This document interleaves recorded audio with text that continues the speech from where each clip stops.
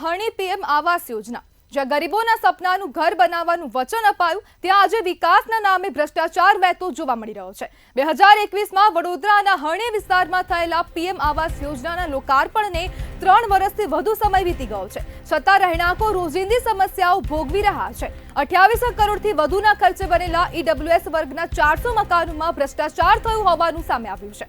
નબળી કામગીરી, હલકી ગુણવત્તાવાળા સામાનનો ઉપયોગ અને બેફામ લાપરવાહી સામે રહેણાંકોએ હવે પીએમઓ સુધી ફરિયાદ કરી છે। ડીપીઆર મુજબ ગ્રેનાઇટ, પ્લાસ્ટિક પેઇન્ટ અને યોગ્ય પ્લમ્બિંગ જેવી પાયાની સુવિધાઓ આપવાનું હોવા છતાં પણ કોન્ટ્રાક્ટરે કોટા સ્ટોન, ડિસ્ટેમ્પર અને નબળી ગુણવત્તાવાળો સામાન વાપર્યો। જ્યારે 32 લાખના અંદાજિત ખર્ચે મફત ગેસ લાઇન આપવાની જવાબદારી હોવા છતાં 250 રહીશોએ જાતે 6300 રૂપિયા ભરીને ગેસ જોડાણ કરાવ્યું અને આ ચોંકાવનારી બાબત સામે આવી છે, જેમાં પાલિકા અને ટીપીઆઈ જેવી સંસ્થાઓ પાસે દેખરેખ હોવા છતાં ભ્રષ્ટાચાર છુપાઈ રહ્યો છે। ત્યારે તંત્રના અધિકારીઓનું નિવેદન છે કે ડીપીઆર અને ટેન્ડર શરતોમાં તફાવત હોઈ શકે છે। જ્યાં ગાઈડલાઈન મુજબ અમલ ફરજિયાત છે, ત્યાં ટિપ્પણીઓની આડમાં ભ્રષ્ટાચાર છુપાવવાનો પ્રયાસ કેમ?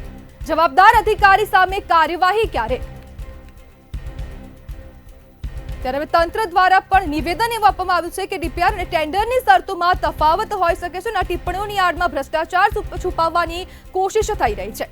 જ્યારે હણી પીએમ આવાસમાં 4 કરોડનું આ કૌભાંડ સામે આવ્યું છે, જેમાં 28 કરોડથી વધુના ખર્ચા 400 મકાન બનાવવામાં આવ્યા છે અને તેમાં ભ્રષ્ટાચાર થયો હોય તેવું સામે આવ્યું છે।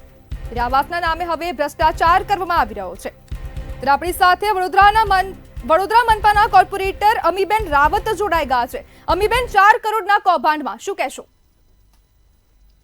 વડોદરામાં જેટલી બી આવાસ યોજના બની છે તમામમાં પુરાવા સાથે ભ્રષ્ટાચારના આક્ષેપો થયા છે અને આજ સુધી એકમાં પણ કાર્યવાહી નથી થઈ। પછી એ મુખ્યમંત્રી ગૃહ યોજના હોય કે પ્રધાનમંત્રી આવાસ યોજના હોય, આપ પોતે જ જો કે ડીપીઆર માં કંઈક અલગ વસ્તુ મંજૂર કરાવવાની ને જ અધિકારીઓ કહે છે કે ડીપીઆર ને ટેન્ડરમાં ફરક હોઈ શકે। ડીપીઆર એટલે તમે જે સરકારમાં ડિટેલ પ્રોજેક્ટ પ્રપોઝલ મોકલો અને એમાં તમે જે આઈટમ સ્પેસિફાઈ કરી હોય કે પ્લેટફોર્મ ગ્રેનાઇટનું હશે એટલે પૈસા મંજૂર કરાવ્યા ત્યારે ગ્રેનાઇટના પૈસા મંજૂર કરાવ્યા અને જ્યારે કામ એક્ઝિક્યુટ થાય ત્યારે કોટા સ્ટોન નખાય। આ રીતના ફક્ત 28 કરોડના કામમાં 4 કરોડનો ભ્રષ્ટાચાર। વડોદરા શહેરમાં 25,000 થી વધારે આવાસ બન્યા છે।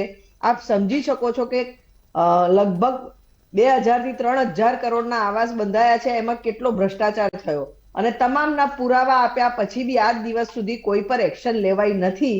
અને આ તમામ કોઈક રાજકીય દબાણ હેઠળ અથવા તો કોઈ રાજકીય આશીર્વાદ વગર, કોઈ મોટા વ્યક્તિના આશીર્વાદ વગર શક્ય નથી।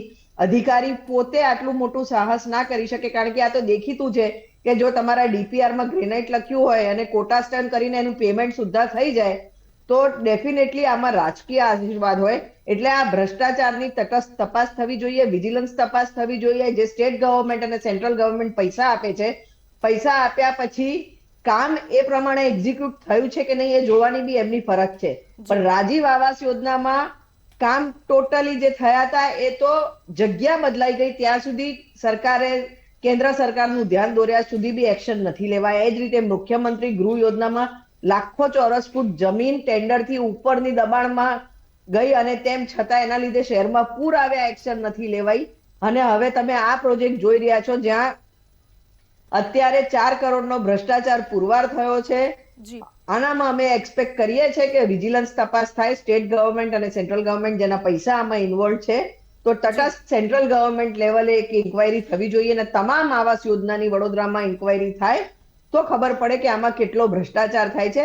કારણ કે ગરીબોને એવું કહી દેવામાં આવે છે કે તમને મફત આપવામાં આવે છે, પણ એ ટેક્સપેયર્સના પૈસા છે, મફત નથી અને એની અગેન્સ્ટ એ લોકોના મકાનો છીનવાઈ ગયા છે અને મોટી મોટી જ્યારે એમને આવાસ યોજનાની બાહેદારી આપવામાં આવતી હોય અને અંદર ભ્રષ્ટાચાર થઈ અને અત્યારે તમે જોશો તો અંદર હજી તો મકાનનું લોકાર્પણ થાય માંડ 2 વર્ષ થયા છે, અંદરથી પાણી પડે છે, એનામાં પ્લાસ્ટર ખરવા માંડ્યું છે અને જે કમિટેડ છે સર્વિસીસ નથી આપી તો આ ઇજારદાર તો બ્લેકલિસ્ટ થવો જ જોઈએ। જે અધિકારીઓએ બિલો મંજૂર કર્યા છે તાત્કાલિક ધોરણે સસ્પેન્ડ થવા જોઈએ અને ત્યારના જે સ્ટેન્ડિંગ કમિટી અને જે કન્સર્ન પદ અધિકારીઓ હોય જેને આ મંજૂર કર્યા છે તમામની ઇન્ક્વાયરી થવી જોઈએ। તેમની પ્રોપર્ટીઝ કેટલી એપ્રોપ્રિએટ છે, એમના આવકની બી તપાસ થવી જોઈએ ને તમામ પર પગલા લેવા જોઈએ। અમીબેન, ડીપીઆર હેઠળ કામ કેમ ન થયું? ડીપીઆર એટલે સરકારમાં મોકલેલો ડિટેલ્ડ પ્રોજેક્ટ પ્રપોઝલ. શું કરવા માંગીએ છે એ મહેચ્છા બેઝિકલી ડીપીઆરમાં હોય. અને જ્યારે તમે ડીપીઆરમાં સ્પેસિફિકલી લખ્યું હોય કે પ્લાસ્ટિક પેન્ટ થશે, કે ડીપીઆરમાં એવું લખ્યું હોય કે અમે ગ્રેનાઇટના પથ્થર વાપરીશું, અને પછી એક્ઝિક્યુશન લેવલે બદલાઈ જાય તો તમે કામના પૈસા મંજૂર કરાવ્યા એ તો ગ્રેનાઇટના કરાવ્યા, અને કામ જે કરીને આપ્યું એ લોકો સાથે તો એક તરહનો એમની સાથે તો તમે ટ્રસ્ટ ગુમાવ્યો જ છે, અને એમની સાથે તો તમે એક રીતની છેતરપિંડી કરી જ છે. પણ આ સરકાર સાથે બી છેતરપિંડી કરી છે. આ એક સ્કેમ છે, અને આ સ્કેમની તપાસ થવી જોઈએ, ચોક્કસપણે થવી જોઈએ. કારણ કે અહીંયા 4 કરોડનો આવ્યો છે. આના અગાઉ અમે સયાજીપુરાનું બી હાઇલાઇટ કરેલું. સયાજીપુરામાં 2 લિફ્ટ પ્રોમિસ કરી હતી, એમાં દરેક ટાવરમાં 1 લિફ્ટ કરવામાં આવી હતી. ત્યાં જ બી આ જ રીતના ભ્રષ્ટાચાર થયા હતા. રેન વોટર હાર્વેસ્ટિંગના નામે ફક્ત કુંડીઓ બની હતી, actual rain water harvesting system નહોતી બની, કોમ્યુનિટી હોલ નહોતા બન્યા. આ કેસમાં બી આવું છે. એટલે તમામ આવાસ યોજનાની વિજિલન્સ તપાસ થાય તો ખબર પડે કે આમાં કેટલો ભ્રષ્ટાચાર થયેલો છે અને લોકો સાથે કેટલો અન્યાય થયેલો છે. જી અમીબેન, જોડાવા બદલ આપનો આભાર. ત્યારે રહેણાંકોએ પીએમઓ સુધી ફરિયાદ કરી છે, અને હવે જોવાનું એ રહેશે કે ક્યારે હવે આ ભ્રષ્ટાચાર જે થયો છે તેની ઉપર કાર્યવાહી થશે, અને ક્યારે તે જે કોન્ટ્રાક્ટર છે તેની સામે પણ કાર્યવાહી થશે. હવે તંત્રનું કહેવું છે કે ડીપીઆર અને ટેન્ડરની જે શરતો છે તેમાં તફાવત હોઈ શકે છે. ત્યારે હણી પીએમ આવાસમાં 4 કરોડનું આ કૌભાંડ સામે આવ્યું છે, અને આ કૌભાંડનો હવે પર્દાફાશ થયો છે.